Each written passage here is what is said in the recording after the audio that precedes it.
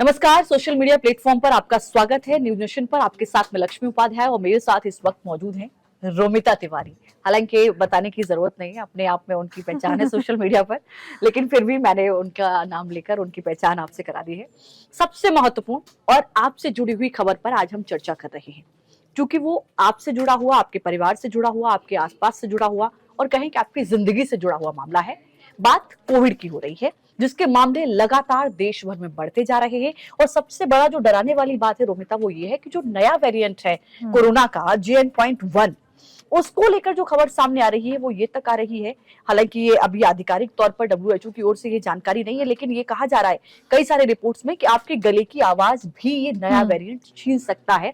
इसलिए आपको बहुत सावधान रहने की जरूरत है। आंकड़े क्या कुछ कह रहे हैं, हम उस पर भी बात करेंगे। बिल्कुल, देखिए फिलहाल हेल्थ मिनिस्ट्री की तरफ से ऐसा कोई आंकड़ा सामने नहीं आया, लेकिन सूत्रों के हवाले से जो आंकड़ा सामने आ रहा है उसमें ये बताया जा रहा है, क्योंकि जिनोम सीक्वेंसिंग लगातार की जा रही है, तो इसके जरिए 63 केसेस जो है वो नए सब वेरिएंट, जिसका जिक्र यहाँ पर लक्ष्मी भी कर रही थी, JN.1, ये ओमिक्रॉन का ही सब वेरिएंट है। और इस वक्त लगातार जो ट्रेवल हिस्ट्री है लोगों की वो बदलती जा रही है, जिसकी वजह से ये ट्रेवल होकर इंडिया में आ गया है। केरल में इसका पहला मामला देखने के लिए मिला।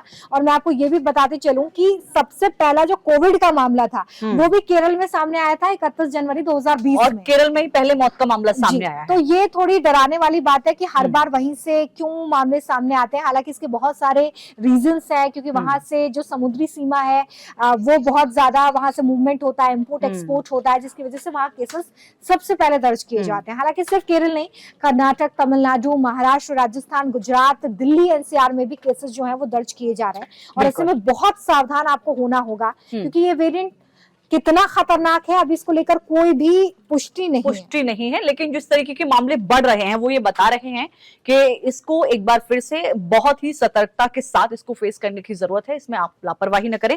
24 घंटे की बात करें तो जो सूत्रों के हवाले से जो आंकड़े सामने आ रहे हैं उसमें 628 मामले वो सामने आए हैं। हालांकि आपको याद होगा कोरोना के जो मामले बढ़ रहे थे उसको देखते हुए केंद्रीय स्वास्थ्य मंत्रालय की ओर से भी सभी राज्यों के साथ बैठक की गई थी और साफ तौर पर हेल्थ इंफ्रास्ट्रक्चर को लेकर ये नसीहत दी गई थी, ये सलाह दी गई थी कि आपको इसको एक बार फिर से मजबूत करने की जरूरत है, ताकि अगर कोई ऐसी स्थिति बनती है तो पैनिक न हुआ जाए। वहां पर व्यवस्थाएं पहले से इस तरीके की हो कि लोगों का इलाज हो सके, लोगों को बेहतर व्यवस्था वहां पर मिल सके। देखिए, फिलहाल क्योंकि इस वेरिएंट को लेकर स्टडी चल रही है, कुछ भी अभी कहना बहुत जल्दबाजी होगी, लेकिन जो डॉक्टर्स जिनसे हम भी बात कर पा रहे हैं न्यूज नेशन के जरिए या जो रिपोर्ट सामने आ रही हैं, उसमें ये पता चलता है कि लगभग जो लक्षण है वो आपको कोविड-19 जैसे ही मिलते हैं, जिसमें आपके गले में खराश होना, बुखार आना, सर्दी खांसी होना, सिर दर्द होना, आपको बॉडी एक होना। तो अगर आप ऐसा कोई भी लक्षण देख रहे हैं तो तुरंत डॉक्टर से कंसल्ट करें। इसे नॉर्मल फ्लू आप बिल्कुल भी ना समझें, क्योंकि इस बार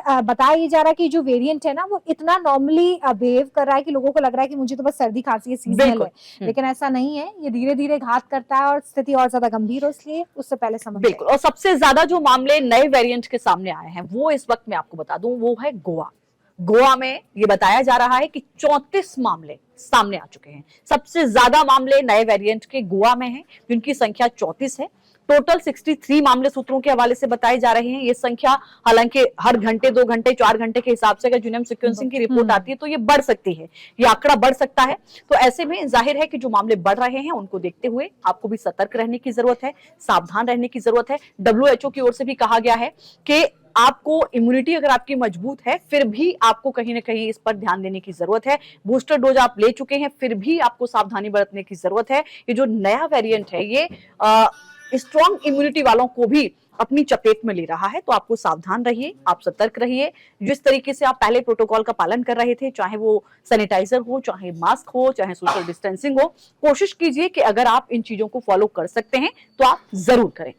बिल्कुल, तो बहुत सावधान रहिए, सतर्क रहिए, अपना ख्याल रखिए, अपने परिवार का ख्याल रखिए। ऐसे अपडेट्स हम आपके लिए लाते रहेंगे, इसलिए आप हमें जरूर फॉलो करें, सब्सक्राइब भी करें। Thanks so much.